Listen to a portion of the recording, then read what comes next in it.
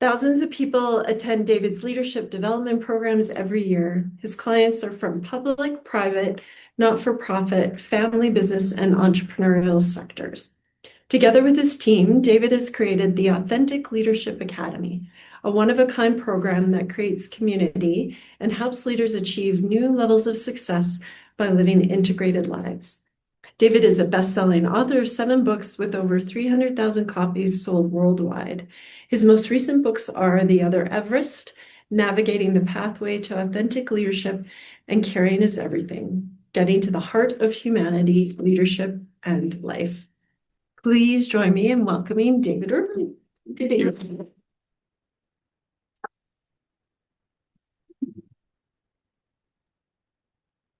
Right. Whew. Well, I just want to say the meditation, Christine, was lovely to start with, and it was very grounding, and it was also hard to stay present because it was difficult to not rehearse what I'm going to say while the meditation's going on. So I was distracting myself, but I appreciate you being here. Folks, I want to acknowledge a few people that are here tonight. First of all, Murray and Ailish. So this guy, Murray, he and I were in business together back in the early 90s. We ran a consulting company in Calgary called Vector Consulting. And Murray, you were really responsible for getting my business off the ground. So, the white hair. so I'm very humbled. I'm very humbled that you would be here and supporting me tonight. Really appreciate it. Larry, I've just shout out to you. I appreciate you being here. You've been, the influence you've had in my life, and I appreciate your graciousness in supporting me. Danielle, my good friend, and Max, who I drove in here with. We work together in the Men's Shed out in Cochrane, which is an organization to help men support each other and community come together in communities, taking a big part of my time today, and so I'm grateful to these days. So I'm grateful to have Max here. So, folks, I have to tell you, I want to do a couple of things. I'm going to engage us in a conversation tonight. I've had a meditation, a mindfulness practice, if you will, and it's been very private. I've never taught meditation. I've never really given a speech on mindfulness before. It's just been very private to me for the last 30 years. But I've been teaching about authenticity for the last 25, 30 years. Has been a central part of my work before it got popular these days. But I've never really talked about integrating those two together. I know they're integrated. So this is a first for me to present this. And I'm really here when I am just be grateful to be part of this, been asked to be invited to be a part of this organization and make a contribution here. I feel like I want to be a student tonight more than a teacher. We're going to start a dialogue, and my hope is I'm just going to generate not some answers, but some questions and some dialogue for you to have within yourself and within your lives with the people that you live and work with. So I am looking forward to a very stimulating, thought-provoking conversation. I want to kind of do 3 things. I want to, first of all, tell you my journey and share with you my own journey and defining moments. And what I have come to realize, I feel a little bit like T.S. Eliot, where I've spent my life exploring and come back to that first place for that original place for the first time. And so I want to share with you what I've learned on my journey, particularly around authenticity, what got me here, and a particular insight that I have come to at this point in my life and where that has or originated from. Then I want to talk about mindfulness and how mindfulness, reflect on how mindfulness does integrate into this whole work of authenticity, and why should we even care about living an authentic life. And I'm a little reluctant to talk about mindfulness as a tool to be authentic, because it's a paradox of my experience with mindfulness, because when mindfulness has a goal, then you do mindfulness so that you can have something. And I think that might, in fact, defeat the very purpose of mindfulness, which is to experience mindfulness for the beauty of itself. So it's a bit of a paradox. Here we are talking about how mindfulness can help you be authentic, but at the same time, do we really want a goal that we sit and be mindful? And so I want to talk about mindfulness in terms of integrating it into our lives. And what you'll find is that authenticity will be a byproduct of mindfulness. And you know what? There isn't a person in here who has a mindful practice who this won't speak to and realize, oh yeah, I've been doing that. I just maybe didn't call it authenticity. But you'll begin to realize in your own life how those two are integrated together. And all I'm going to do is put some language to it so that you can experience that integration. All right, let me share with you a bit of my journey. So my first degree was in social work. I'm a trained family therapist. I got my degree in 1982, opened up my own practice in Lethbridge as a family therapist in 1983. And I worked as a family therapist for until 1989. And the world would call me a change agent. So I'm working on helping families change. How many of you have spent time in your life helping people change? Can I have a show of hands? How many of you have spent time in your own life helping people change? Or in your life helping yourself change and change yourself, right? So this is a group that's probably very conscious, very intentional, and we've worked hard on our lives, as I have. Then I started to do talks for parents back in the 80s, and I gave talks on raising accountable kids, and I ended up getting business executives to my parenting talks. And they said, why don't you come and talk to our company about this? And I knew nothing about business back in those days, but I got invited in. And what did they want me to talk about? Families? Are you a bunch of families? And they said, no, just come in and bring the same material that you presented to families, but bring it into our organization. And something in me woke up and said, I really am feeling called to work in organizations and take my work with human beings and human relationships and human systems and apply it into organizations. So I gave up my family therapy practice in 1989 and moved to Calgary, and that's when I came across Murray and we formed this consortia together. But I became a change agent in organizations. And so I worked hard at changing. Now there was a changing leaders, changing systems, and in this work of changing. And then something evolved and something happened inside.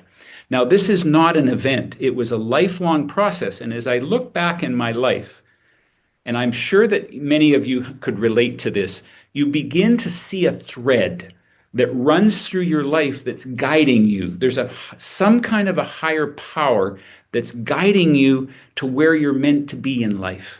And as you look back, what looked like a crisis at the time actually became a stepping stone for it to be guiding you towards something. So I want to share with you the insight, and then I'm going to take us through a little exercise. And then I'm going to give you the origins of where that insight came from my own experience. So here's my insight from this person who has defined and identified himself for years as a change agent. What I have come to understand is that you don't need to change yourself. And you don't need to change others. And in fact, if you've invested much energy in changing others, as Dr. Phil would say, how's that working for you? It's probably not a good investment of your time or energy. And instead of changing people, here's my premise that I'm going to be working from tonight. You don't need to change yourself. You need to come home to yourself. And I want you to, for a moment, to just notice, what is it like for you when you are living at home with yourself? We've all traveled.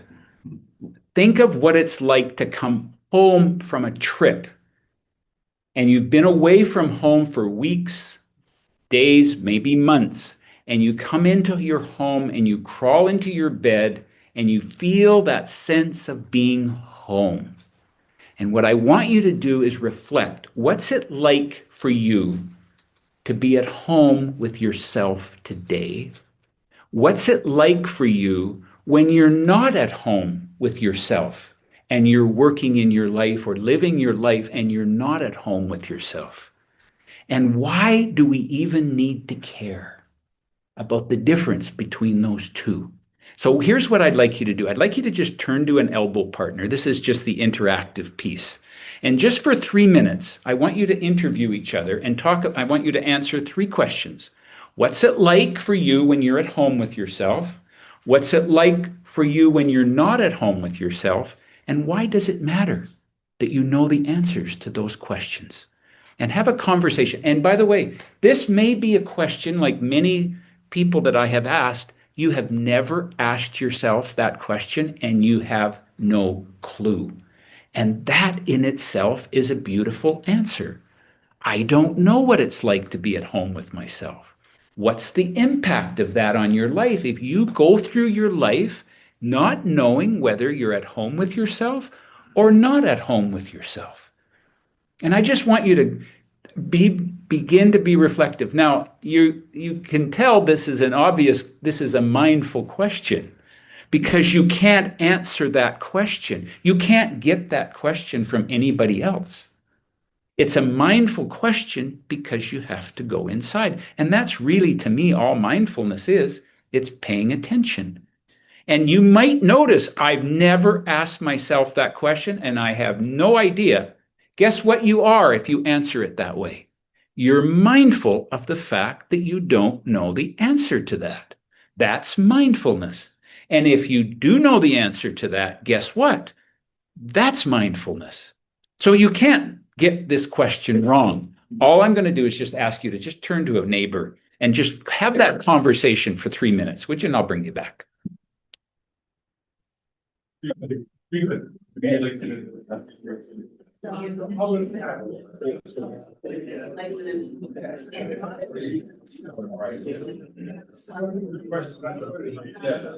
like everyone has someone. Was everybody have three? You got one? Oh, yeah.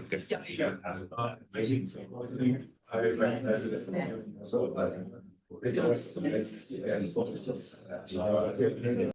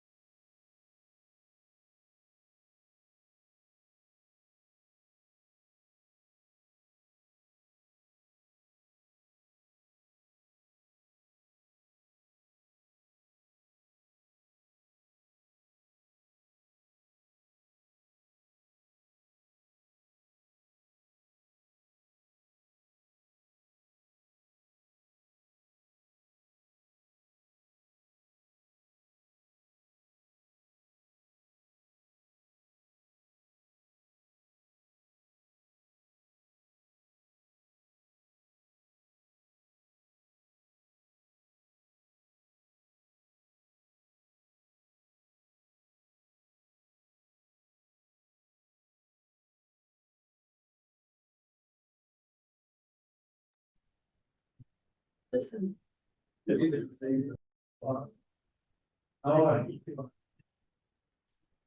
So I would love to get 2 or 3 answers. So how did you answer the first one? How do you know when you're at home with yourself? Anybody want to just volunteer? Love to hear your voice. Grounded. You're grounded. Yep. Cliff, what does that mean to you? Centered. You're centered. Okay. Centered, grounded, and at peace with being. Yes. And where do you notice that in your body? Like everything else, it starts in my head. It's a great place for it to start. Yeah, because I have trouble bringing things into my body. Yes. So I stay in my head. Yes. But if it comes into the body, it's just, it's like being weightless. Yes. How many of you identify with that? Yeah, you've spoken for a lot of people in here. And by the way, just knowing that it starts in your head and that you have difficulty in your body, that is mindfulness. You know that. Sure. And I'm very curious where you learned that where did you learn to attune to that? David, I think a life, an accumulation of life, things that happen and trying to make sense out of the mundane and the insane. Yeah, beautiful. Thank you, Cliff. Beautiful. One more on how you know when you're at home with yourself. Please. Danielle? There's a deep sense of safety where I'm in a state of allowing in the world. The world can do and be as it needs to be, and I'm okay to be where I'm at too. And there's no managing or fixing. And you don't need to change the world for you to be okay. That you feel safe within your own body and in your own spirit. Beautiful. How many of you can identify with that? Okay, there's a couple of answers. How do you know when you're not at home with yourself? Yolanda? When I'm grasping for something outside of myself, when I'm looking at what other people have, and I don't feel enough. When you are grasping for something outside of yourself to help you feel enough. And that usually is a path. It's probably not a successful path to get there. How many of you can identify with that? Absolutely. Okay. Any others that you know when you're? I think just feeling tense. Tense. Like, opposed to like when you feel at home with yourself, I feel more kind of just ease and clarity. But when I'm not at home, I feel like just questioning. Yes. Yes. Where do you know it in your body? My chest is tight. Yeah. It feels tight. There you go. These are mindful responses. All mindfulness is just for the next day. Practice. Am I at home with myself right now? Or am I not at home with myself right now? Now, why does it matter? Larry? Well, I'm more productive when I can answer that. You know, it matters because I feel better, I grow better, I work better. It's just better. Life is better. Yeah. How many of you would agree with that? Other responses of why does it matter that we attend to these questions? For myself, I was mentioned two things. One, I feel very scrambled. And the other one is I either feel like I will go crazy or I will be like a dog with rabies and try to bite everyone that comes in. Yes. Yes. So out of myself. Yeah. Right? When we see road rage, when we see divisiveness, when we see stress, when we see mental health challenges, when we see anxiety,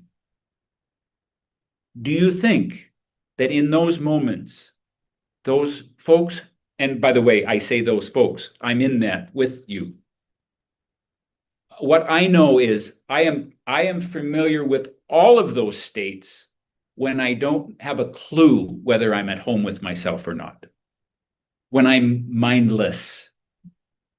And so this is a grounding opportunity that I would suggest our planet could benefit from, one person at a time. And I start with myself. That's my work, is to bring that light. Now, let me step back and give you some of my perspective on this.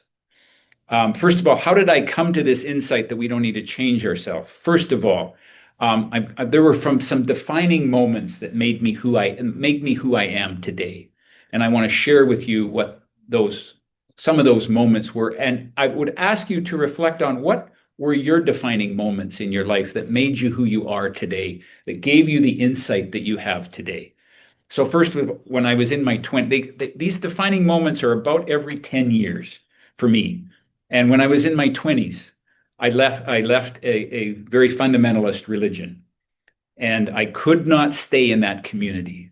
And I gave up my beliefs, I gave up my identity, I gave up my family, I gave up my community, I gave up everything that I had because I could not stay there. And I ventured out on my own to develop my own sense of beliefs, to take the goodness of what I had to bring it into the world. About 10 years later, I had a major depressive episode that I had to walk myself through after my father died. 10 years after that, in my 40s, I had another depressive episode, and I had to face the hell of addiction, and I had to face the reality of that one that I had to walk myself through. About 10 years later, my brother, who was a rural physician, was diagnosed with a brain tumor. And I cared for my brother for 3.5 years. And there's something about being close to dying. I agree. When he went, I wasn't really grieving that he went. What I was grieving is we never got close until he was dying, because his dying awakened my living. And it began to wake me up to say, what really matters in life? Then I went through a pandemic, and in one morning, I lost about 200 days of work that I had scheduled, and my whole business got turned upside down. And I began to ask myself, what am I about? What am I doing? And then I've been spending the last 5 years really exploring this work and developing, extracting my identity in these golden years of my life, to say, what now am I really wanting to do with my life? What am I called to do? Because I've had an identity in giving clients what they need, but now I'm moving to a place of where's my heart? And what really am I called to do in this life? So those are some of my defining moments. Now let me give you a little of my philosophy around what does it mean to be authentic? And then we'll integrate mindfulness into this work. So it's my experience that we are all born authentic. If you look into a baby's eyes, now, for those of you who are parents of more than one child, or an aunt and uncle of more than one niece or nephew, you begin to understand that kids right from day one have their own essence. Yes? They have their own sense of who they are below their personality, that the essence of who they are. That's what we need to connect to go back to what authenticity. What I see in the business community today is people walking around being a jerk. And they say, well, I'm just my authentic self. Well, I suggest no one was born a jerk. You had to learn to be a jerk to survive something in your life. And so be careful when you say to thine own self be true. I mean, this is good advice from Shakespeare, from Hamlet, but you better know what self are we talking about? Because we got this impulsive self, and is that authentic? Do we just go with what our feeling is, or is there something deeper? How many of you were here at Alan's talk 2 weeks ago? Okay, I brought a notebook because I like to take notes. And about 2 minutes into that notebook, I couldn't take notes anymore. I just had to feel his essence. How many of you got that feeling from Alan in 2 weeks ago? You just got a sense of his presence, of the essence of who that man is.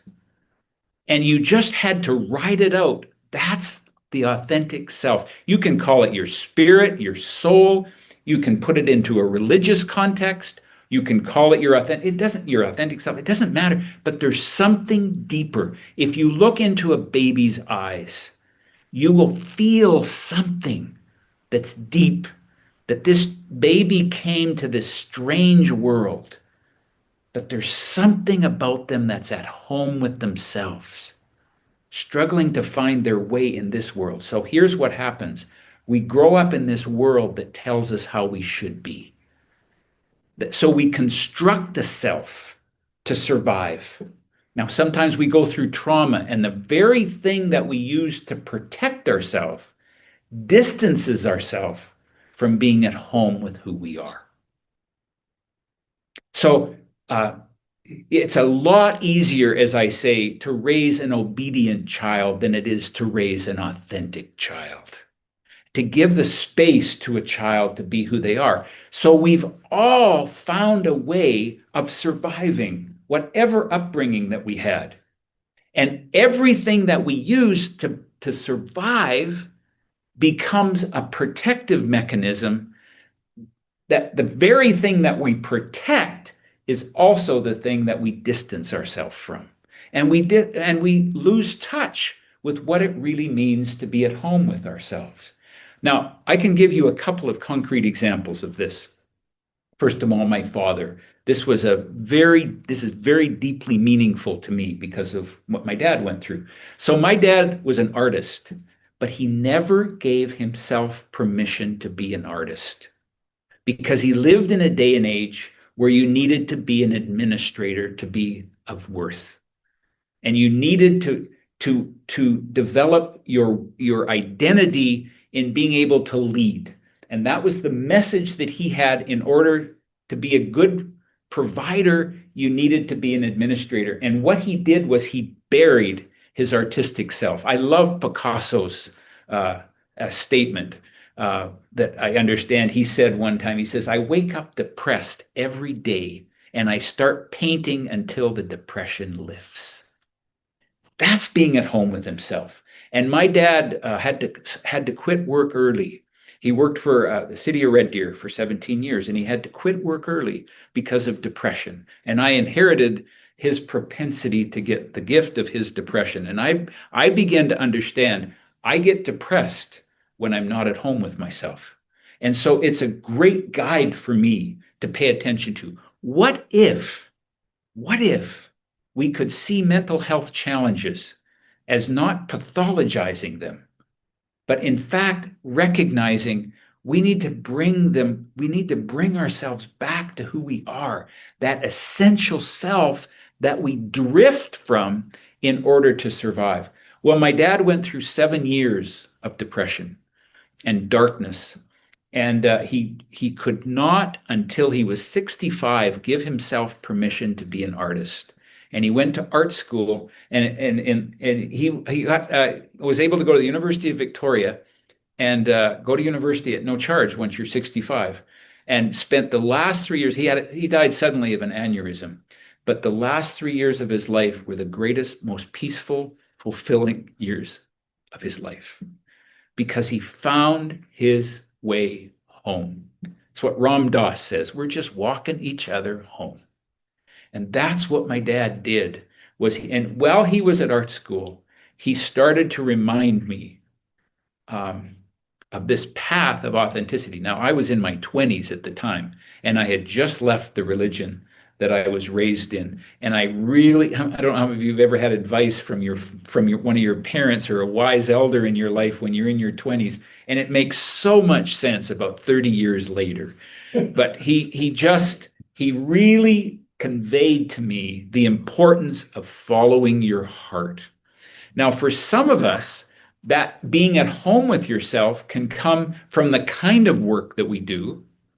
For others, we can be at home with ourselves by what we bring to our work. And it may not be the most fulfilling, quote unquote, fulfillment in our lives, but we can recognize that you can live that purpose of being at home with yourself and be doing work that's quite drudgery. But you can just be attentive. And that's where mindfulness comes in. Now, what is all this? So this is my journey, and I have a dream that one day we will create workplaces where we will get to come to work and be at home with ourselves and get asked that question by our leaders. Are you at home with yourself here? Now, maybe you're a ticket taker, and maybe you're a clerk, and your real home is done in your work when you get home. No problem. Then we're helping you come home to yourself when you leave your work. When you're at home with yourself at work, we call that a vocation. When you're at home with yourself away from work, we call that an avocation. Either way is legitimate. The point is, how do you know that? I don't know how to know that without being mindful. And so the whole work of mindfulness is to guide us to where our home is, where our authentic self is, where the essence of who we are lives, that we were born to be. Because we are born, folks, in my mind, as a seed of possibility. And just like an acorn is meant to one day be a giant oak tree, we have a destiny to fulfill. And how do we fulfill that and come home to ourselves in a world where we've been trying to survive?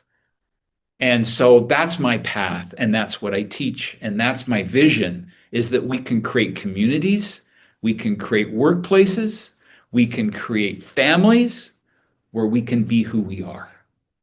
And that doesn't mean that we run roughshod and that we let kids do whatever they want. Guess what I've learned from taking the addictive journey? Being authentic doesn't mean you do anything that you feel like doing. I lived that way for 10 years and my life got unmanageable and uncontrollable. So just like we have to have structure, the key in parenting is how do we and this is coming from a grandparent now, but just because we want to raise authentic kids, we have to still put that within a structure, within a framework. We have to take care of ourselves so that we can create a place where it's safe for kids to be who they are. That's our work. I'll tell you an experience with my daughter. So we raised our kids in Cochrane. Now, Cochrane, certainly in those days, I think it's shifted a lot, but in those days, Cochrane was a real sports town. And if you didn't play hockey and you didn't play soccer, you just didn't fit in. And my youngest daughter was a soccer player, and she fit in. My middle daughter did not fit in. She tried sports, but she just wasn't an athlete, and it wasn't her thing. It wasn't at home. See, you can put my youngest daughter on a soccer field, she's at home with herself. You put my middle daughter on a soccer field, and she will pick dandelions. She just doesn't know what to do.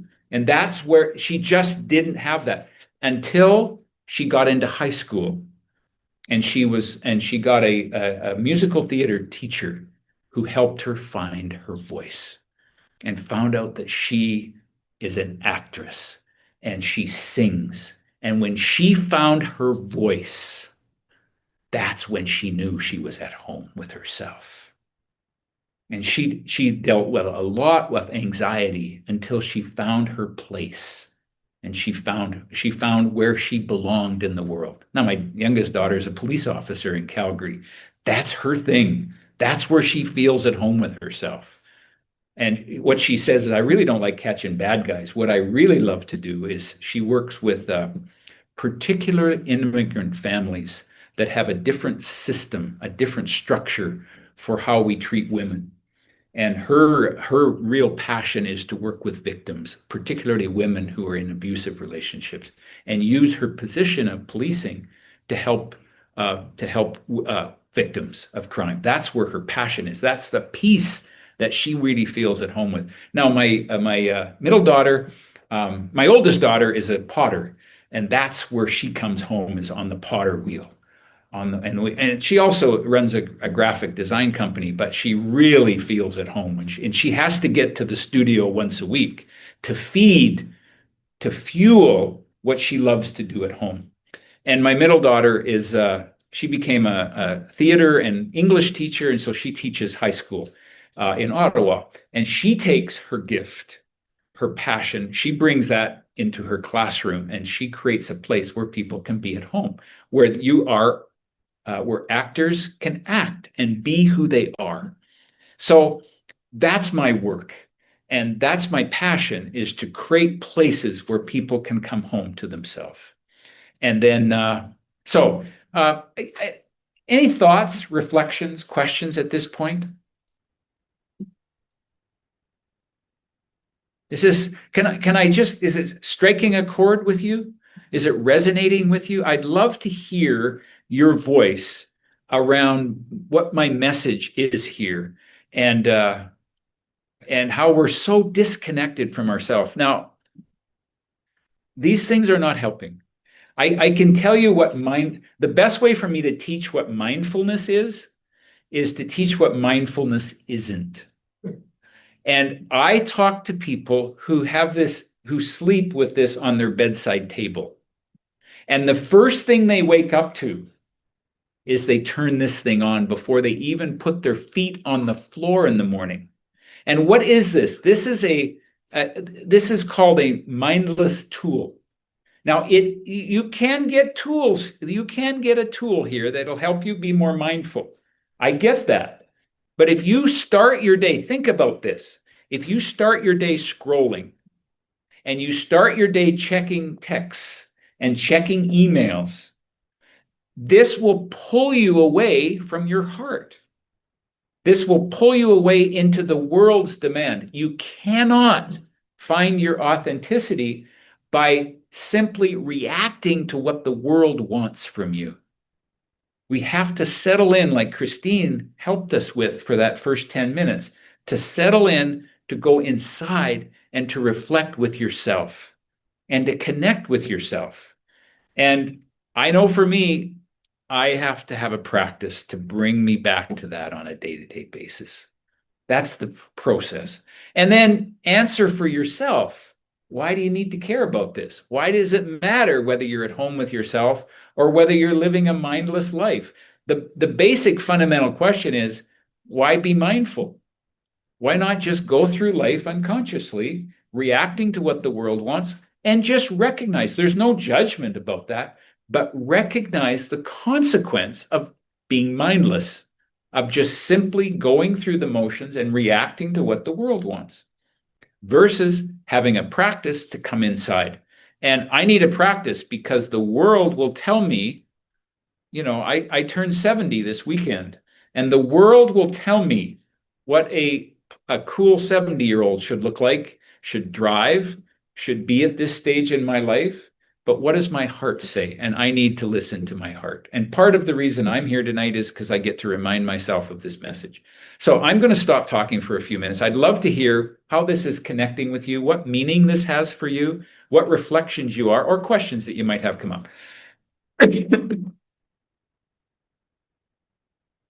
Yes.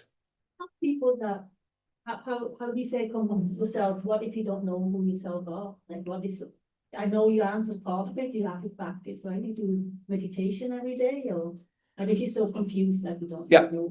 So the question is, what do you do if you don't know if you don't know what it means to come home to yourself? Yeah. And you're at a stage where you maybe don't even care whether or not you're just pursuing some kind of goal in your life and you don't really care. I think we have to get to a point somewhere in our life where we have some level of dissatisfaction, where we've suffered enough to recognize the pain of being distant from who we are. And until you go through that, I don't know that this message is going to have much value for you.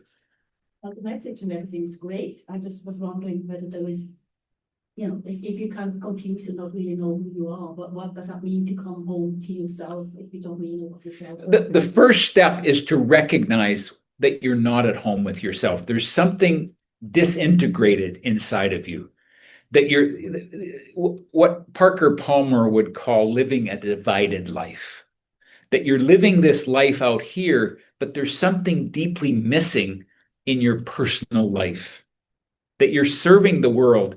For me, a big chunk of a big turning point for me was when I realized, and this really was during my grieving process with my brother.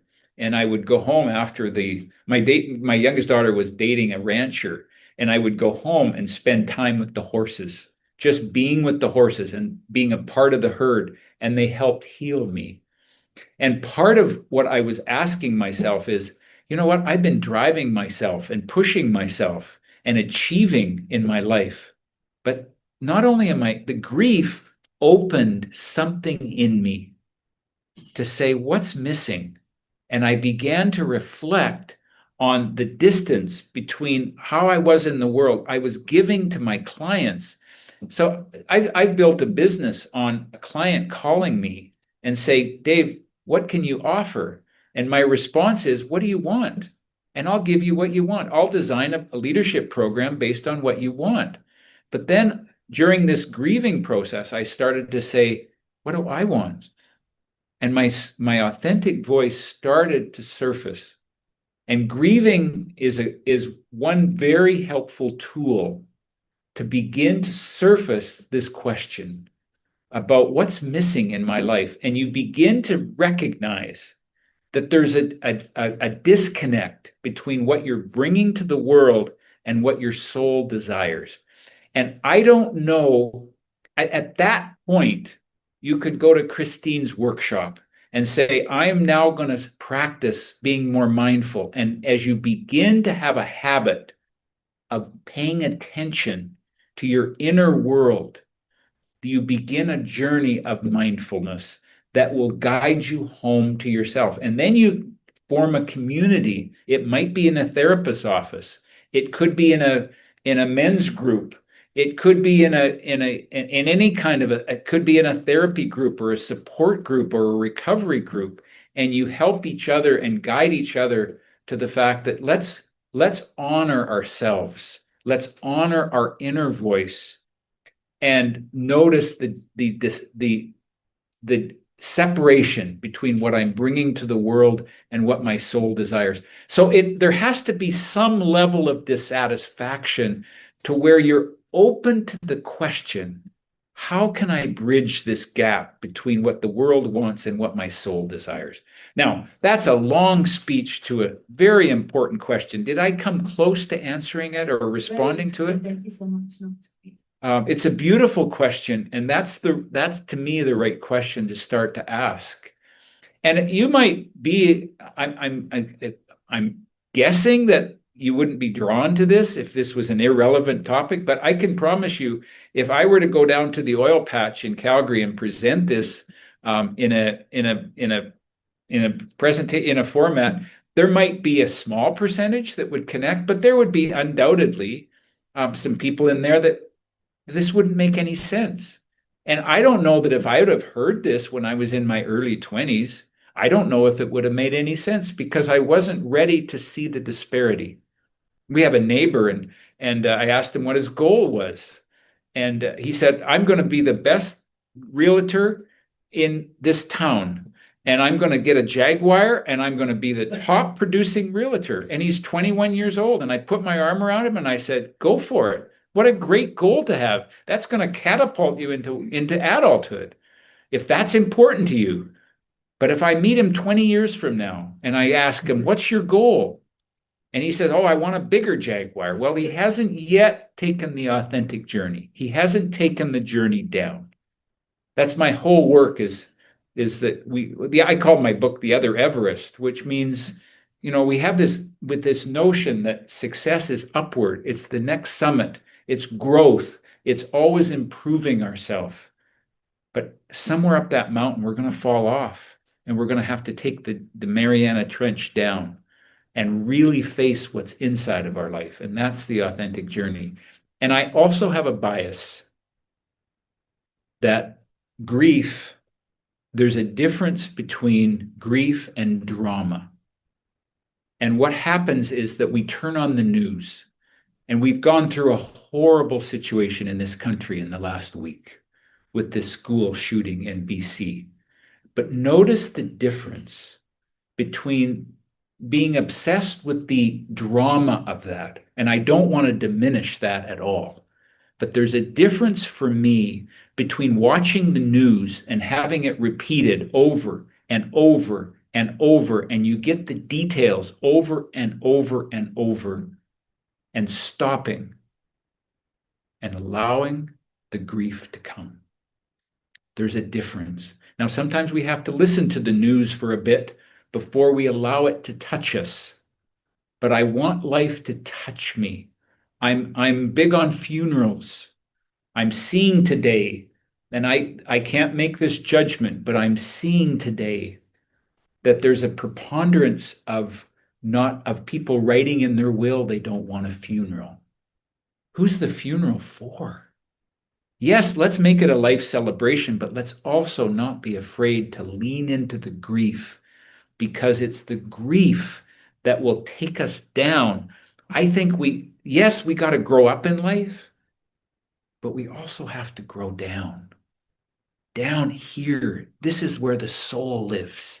And if we don't connect to this, we will live life separated and lose the meaning of what we're here for. Anyway, that you just triggered a much larger answer than you got me triggered. So thank you for the question. I think there's someone else in the back who had a question. Yes. I have a reflection just as you were speaking. I currently work for a really great company and I absolutely feel at home with myself, and it's very noticeable. Like now that I have gotten into mindfulness, it is extremely noticeable what that feels like versus the many other companies that I've worked for, where I can say I'm not mad at myself in those places. I just go to work, do this task, and get paid, and that sucks. And so noticing and being mindful of how my body feels working for my current organization is just night and day difference. Thank you. How did that come to be? Can you articulate how they create that kind of culture? I think compassion and empathy. There's a lot from the owners of the company. Within my first week of working there, I could see the level of compassion they have with staff and just understanding people's life circumstances and letting that flow even within the organization. Beautiful. And they care. They care about what you bring to work, that you don't just bring your body, you bring your whole heart to work. And, I've spent, Murray knows this, I've spent years talking about accountability. Well, you know what? Nobody's going to have to hammer you into being accountable, because it's going to come because you've got a reason to be accountable, because your heart is in it. This is beautiful. And by the way, I have to say, I'm meeting more and more leaders that are building organizations like this that are conscious, right, Larry? Yes. Yeah, and I'm seeing it more. But this is what's going to distinguish great workplaces from mediocre workplaces that just use up people. Beautiful. I'd love to meet your boss. Yeah. But you've also done your part to create that for yourself through a mindfulness practice, right? That when your body is right because you're tuned into that, and what you are not going to tolerate and what you can give to that organization. That's a beautiful story. Thank you. What's your name? Emmy. Thank you. Beautiful story. Yes. I choose to believe I'm not the only person that struggles with inner critic.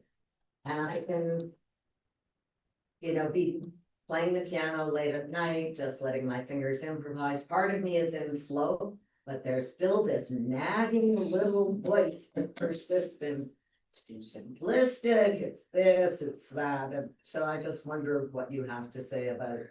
Oh, I love that. I love that.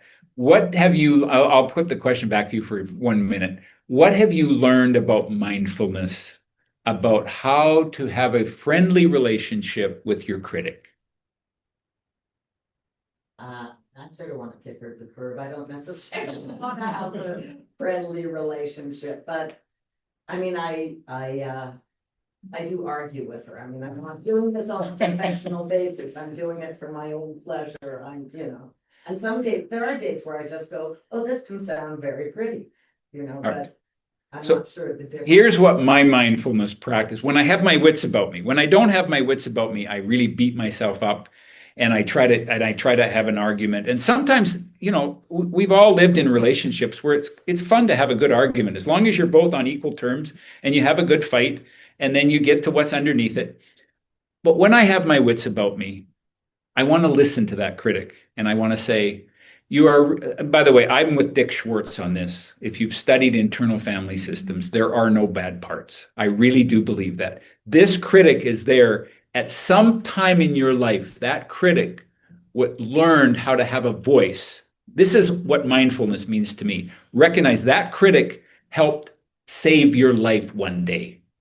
But you have to befriend it to realize, you know what? You don't need to. You can take a seat on this one and coach them. Now, sometimes yelling You can have a good fight, but yelling doesn't really solve anything. It just opens the gateway, and then you get to what's to the real conversation. We've all had an argument, right? And then you go to the next day, and this is what was really going on underneath the argument. You never resolve an argument with an argument. So it's the same thing when you're interacting with parts of yourself, to be mindful that when that part is speaking very loudly, it needs to be befriended, but it needs a firm hand to say, thanks for your help here. And you might go back and listen to it. What are you protecting me from? Well, I'm protecting you when you're 6 years old. And and if you didn't work hard at your schoolwork, you were going to get, so there could be a whole story there. And you're, oh, okay, I'm not 6 anymore. You can take a rest now. And you work with it to help it feel at home. Because the reason it's yelling at you is because it doesn't feel at home. It feels like it has to do that to make an impact. Anybody here know about yelling to make an impact? I know that. And even I can notice myself. So my noticing myself, my voice raises when I'm a little anxious and I want to give a good message and I want to leave this meaningful to people. And I just notice in myself that I'm being a little lecturish. And I don't like myself particularly like that. There's a little critic there that says, you know what, just relax. This is a wise group. They got it. I don't have to have all the answers. Anyway, that's my own internal process. So I digress. Does that help at all? Yeah. But who can't relate to a critic? Somewhere, these critics, I don't know where they came, but they were spurred somewhere in our life that helped us at some time in our life. Question the critic, right? When I hear something like that, I think of myself. And I think of how it not necessarily was only said to me, but how it was modeled and how I internalized that. And I'm replaying a dialogue from way back when, somewhere, even if it is an interpretation of that situation that was critical of me, where I felt embarrassed or ashamed or less than, whatever the negativity was that I've associated with that. And during certain moments of frustration where I'm not doing something the way it's supposed to be, that voice comes up and starts blabbing. But that got internalized from some external critic, Right. some authority figure in your life that was critical. Yeah, that speaks to me too. That speaks to me. So it's not necessarily born to protect you. It's just, it was born for you. So by the way, I love your mindfulness. So that was, but you just took that on. So you realize, I don't need that anymore. Or sometimes, wait a minute, I can use it. Wait a minute, I can use it. Not that I'm such a future genius and it works that way all the time, right? Not at all. But sometimes a lot of the things, I like a phrase that I think I've created or someone else did, and I've taken it on, which is, from a curse to a blessing. The shittiest stuff that happens, wow, what's only come of it? But you have to do that through compassion. I don't know how you can silence any part of ourself through judgment. I think through action, just through compassion. I think there has to be a follow through somehow, an actual doing where it's like a chiropractic maneuver where you hear this crack and think, oh shit, I do feel better. That's great. Love it. I love that. That's great. The integration of it. Yes. Yeah. Integration. I love it. Yeah, I love that. Yes, sir. Dave, is it? It is David. Yeah. I'm way older than you. I'm not so sure I'm wiser than you, but I'm way older than you. And I want to distill something that you said about your 3 daughters and a couple of other people talking about when they're at work. And that is being at home with yourself is not a physical place. It's not where you cook or make meals or watch TV or go to bed and wake up to the mindless thing on the side of your bed. It's not a physical place. Being at home with yourself somehow means being, as you said, it's a sense of peace and content. Yeah. I also want to suggest that authenticity from a career of this stuff, authenticity and critical thinking are partners. Oh, how do you marry those two? Is there... As I moved through my career in corporations, and I was doing what I referred to as disruptive improvement. What made me believable was always being 100% authentic, almost exposed. And critical thinking was, so why am I really doing this? Oh, and why am I making this change in this corporation? How is it going to impact people? How is it going to impact how they work, how they go home at night? So the critical thinking is like children say, why, perhaps? I love that. I've never articulated like that, but how many of you would agree with that? Unless you're critically looking at this, thinking it through, I don't know how you can be authentic. No. And it's a form of mindfulness. And slip, and if you're not authentic in one moment, it's a long struggle back. I love that. But you're absolutely correct. Home is not a physical place. You can be at home with yourself anywhere, in any relationship, if you know where to find it. For me, it's right below my heart. It's a little, my heart is in my feelings, but it's even below my feelings. It's a soul thing. Alan talked about that 2 weeks ago when he said the 3 levels, the head, the heart, and then the soul. That's the authentic self. And it takes a lifetime because we've had so much training to be removed from it. All right. Ailish. This is in a culture where the society was more important than the individual. And then you learn all kinds of stuff from that. And then you come where the individual is more important than the society. It's like everything's turned upside down. And I think I'm typical of an awful lot of immigrants, and we're saying that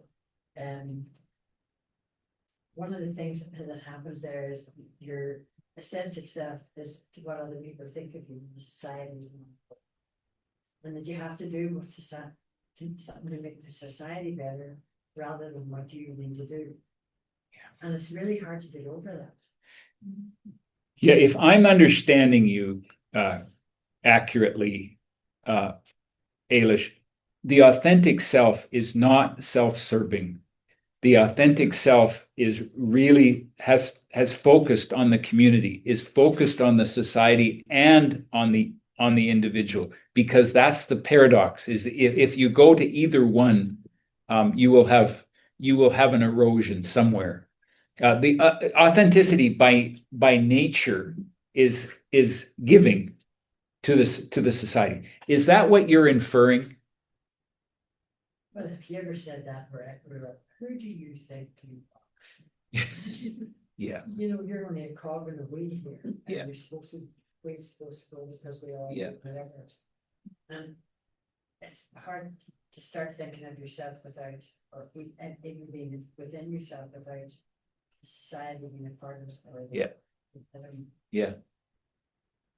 Yeah, it is a paradox because we are that ripple on the ocean, and we're all part of something bigger. But we have to, really be attentive to how we can bring our full self to that community. Yes, sir. Yeah, sort of really what she said, and also to not being a physical place. But a couple things. I appreciate your imagery of coming home to yourself, but something that's left me questioning or doubtful. And so, and her point that she's raising is around this notion of individuality and the extent to which in our society we're highly focused on the individual. And there's a certain luxury as individuals, to be living in a highly individualistic society and to be in a socioeconomic status position, whether it's education and or income, that allow you to go through this exercise, a certain amount of navel gazing going on. And recently I heard this, to me, fascinating notion of one of the tensions in society currently in North America, Western world, is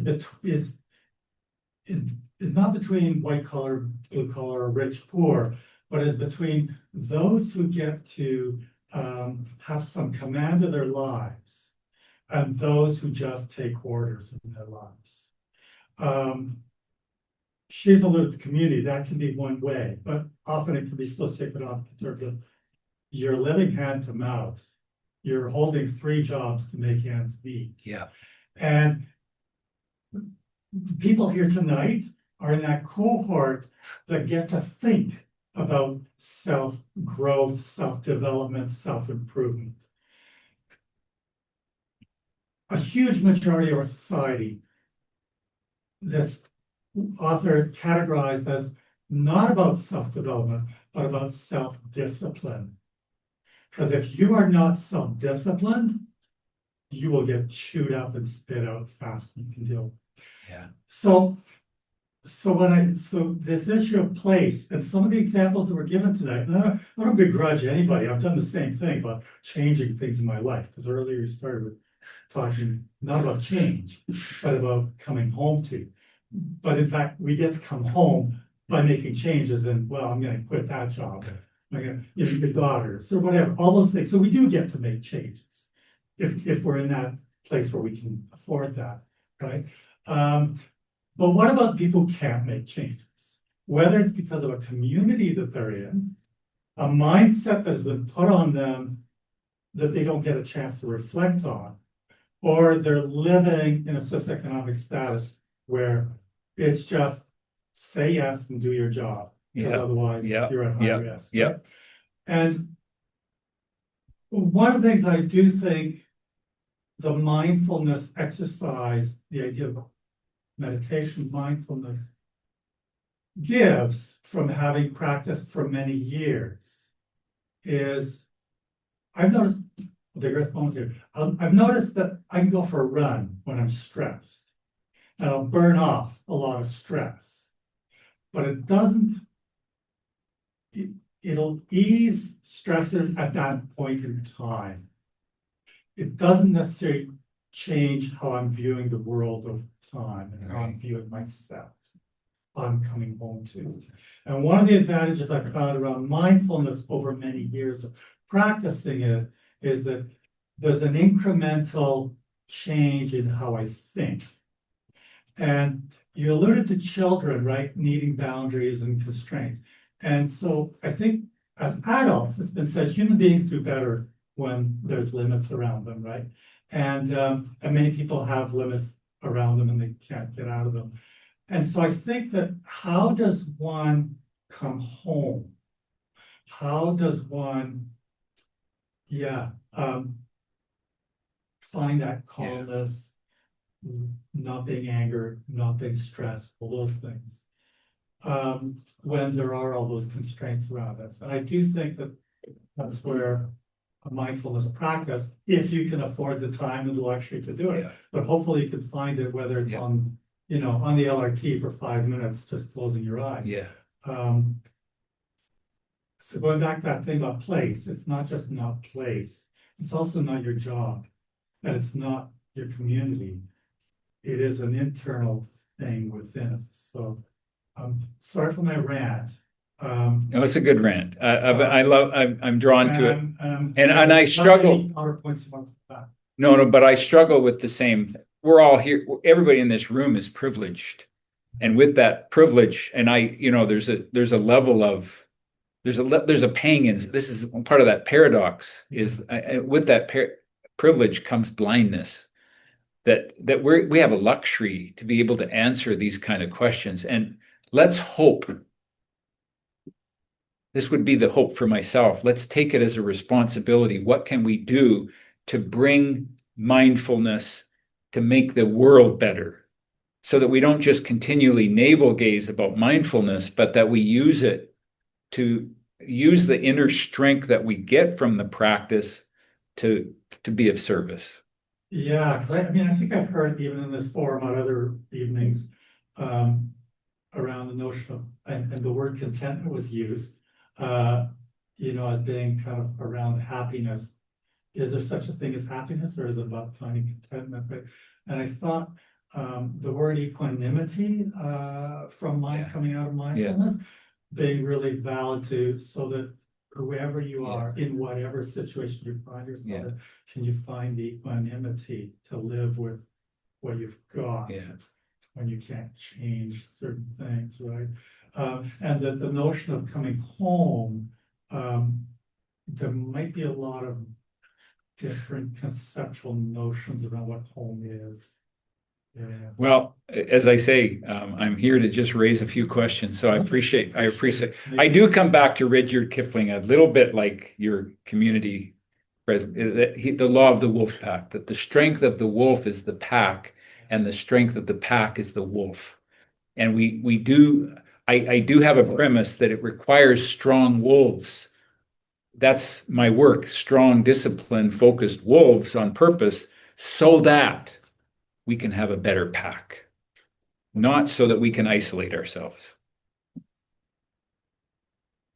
I was just thinking, you had mentioned about kids and you had mentioned about kids and what coming home is. And as I was coming tonight, so my grandkids were over and I have like 5 grandkids and they're all like 8 and under. And the one thing they know, oh, Nana, sometimes she meditates. And what's so amazing to me, it's like they always are like, Nana, like even when they're 3, 2, can we go do like belly breathing? Like they will ask because there's something in them that inherently wants to be regulated. They want to stay at home. And in this chaotic world, I mean, going to their school, they have to like, ring bell. Like there's so much fear, so much anxiety, so much disconnect that even these kids that are so young are like, they just want to come home. And they'll come in and they'll be like, can we just go like, they might do it for 2 minutes and then they're gone. I experienced the same thing with my daughters when they were little, because they know, Dad, we have a quiet room in the house. It's our sanctuary. And whoever is in that room, we know that's our quiet room. And I would take my quiet time in that room. And I would say, you come join me. You come sit on my lap, but this is a place to be quiet, to go inside. And they would often come and be very drawn to that. And then they would remind me when I would get a little anxious, Dad, just go into the quiet room. You'll be fine. Thank you for that. And grandparenting is a place where you get a chance to do that more mindfully, because you're not caught up in the transaction of getting them to get their homework done and the parenting stuff. Yes. I think what a peaceful place the world would be if we taught self-soothing skills, is what I'm hearing there, to young children. And I know there are some artful teachers that are doing it, so thank you for sharing that story. Yes. Well, this community, which I'm very drawn to, children need, what if we could develop this habit early on? So I want to just talk about community for a second. I was traveling in Nepal and ended up connecting with an NGO here to go back and do a little bit of work there. And we were planning on a water project for a community in a school that didn't have water access. So we had to walk long amounts of time and heavy labor, and it's women and children that haul water. So we're kind of scoping it out and planning it out, and all of a sudden Ram Chandra says, when I said, well, how far is it? And how many people's property are we crossing? Where you're going to create like the source of water to like the first tap, the first output. He says about 200. Well, I just about died on the phone, like I gasped. And I immediately went to Western mindset and I thought, oh my gosh, we're going to need 200 people's permissions. Like, this is gonna take another year. And so I said that out loud. I said, we're gonna need 200 people's permission. And I said, and who's gonna dig this? Like, how is this gonna work? He goes, everyone will dig it. They will dig it across their own property. We're all in the same community. I'm thinking, Yeah. this would Yeah. never happen. in North Yeah. America. To Yeah. dig a pipe across 200 people's property, Yeah. we're not getting access, because the access is either way up here or way down there. Yeah, It will all help to get, he says, because we're in the same communities. yeah. That There's something in that culture that would strengthen individuals for them to be able to give that much to their community. It's one of those paradoxes of many paradoxes of life. But because the older I get, the more concerned I am about our community. But I have to bring my own, as one of my old mentors would say, you be the light. So I have to bring my light, the strength of my light to make that community better. But that's aligned with my authentic self, if you will. Time are we wrapping up? I was just gonna say, no, I would say we're pretty close to finishing. I just want to mention that from my own perspective, thank you, David, for reminding us of home and what that is for us, and that continued exploration of that for each one of us here in whatever way we are living, whether we're working, whether we're at home, whether we're parents, grandparents, all of the things. I love the invitation that we can explore that for ourselves. And I'm reminded that mindfulness is not a state that we are chasing. You know, it is an acceptance and awareness of all that is our home, whether that is peace, whether it is not peaceful, whether there's love, whether there's anger, you know, all the feelings, all that is truly our home.